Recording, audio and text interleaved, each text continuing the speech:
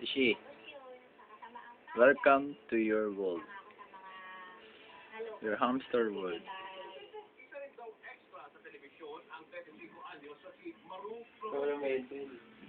Saan? Ito? Binili niya? Saan ba kayo galing? Dumaan kami dyan. Akala ba sa ano? Eh, gabi din. Gabitan kami ng bilin.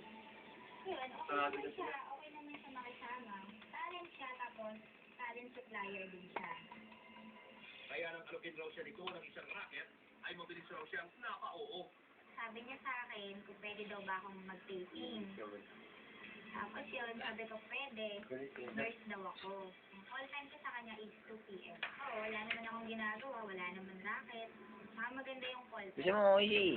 Enero 10, pasado alas 2 ng hapon, nang makipagkita raw siya kay Nico sa lugar na kanilang napagkasunduan. Nung dumating siya, umalis kami din sa Nova Mall. Nova Mall? Lakad kami sa gilid ng simbahan, papuntang sa Oo. Nirapit siya eh.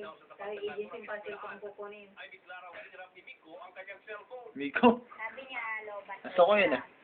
So, nakahiram siya ng cellphone para matawagan niya yung iba pang talent. Dahil may tiwala naman daw siya kay Nico, ay hindi siya nagdalawang isip na ipahiram ang cellphone.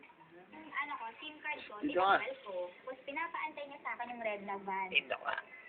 Sumakay daw ako doon kasi yun daw yung service namin.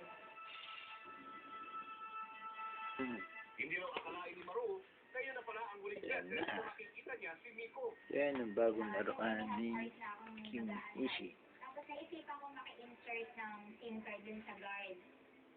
Mabait naman yung guard, pinahiram niya ako ng cellphone. Kinext ko siya. Nasaan ka na? 2 oras kalahati na ako nag-aantay, wala ka pa.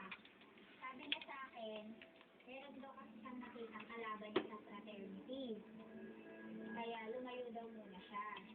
Tapos yung taping, tinanong ko din kung tuloy pa,